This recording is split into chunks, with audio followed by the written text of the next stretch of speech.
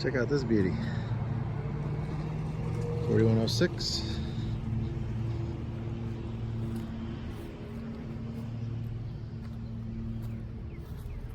I like the paint job on it because it looks very bus-like.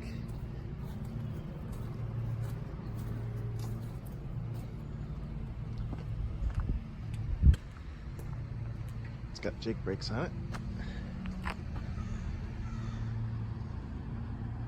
I like that they added a window back to the fiberglass cap on it.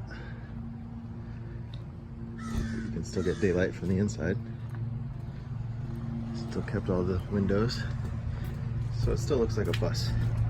That's my favorite kind of RV. It's a bus, looks like a bus on the outside, but on the inside, it's cool. Check it out in a minute. So I just took the S-cam out. I'm replacing these S-cam bushings.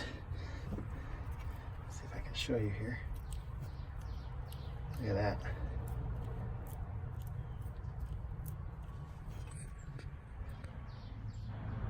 So I just use a little seal installer as the perfect size to install that new one. Very easy. Nice and tight. No wobble like we had in the last one.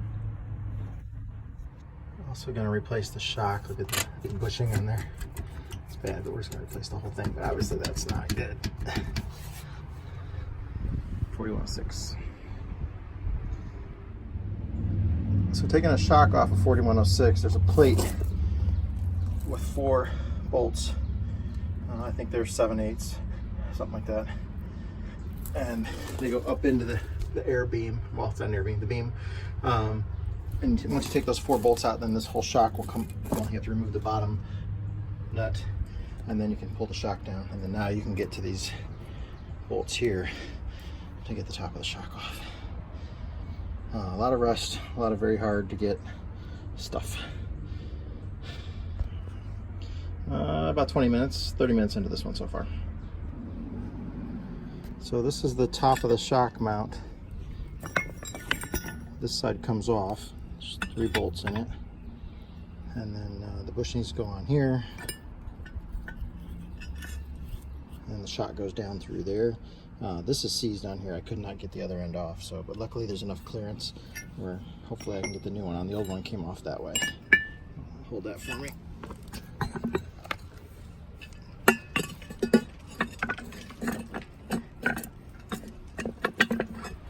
There we go.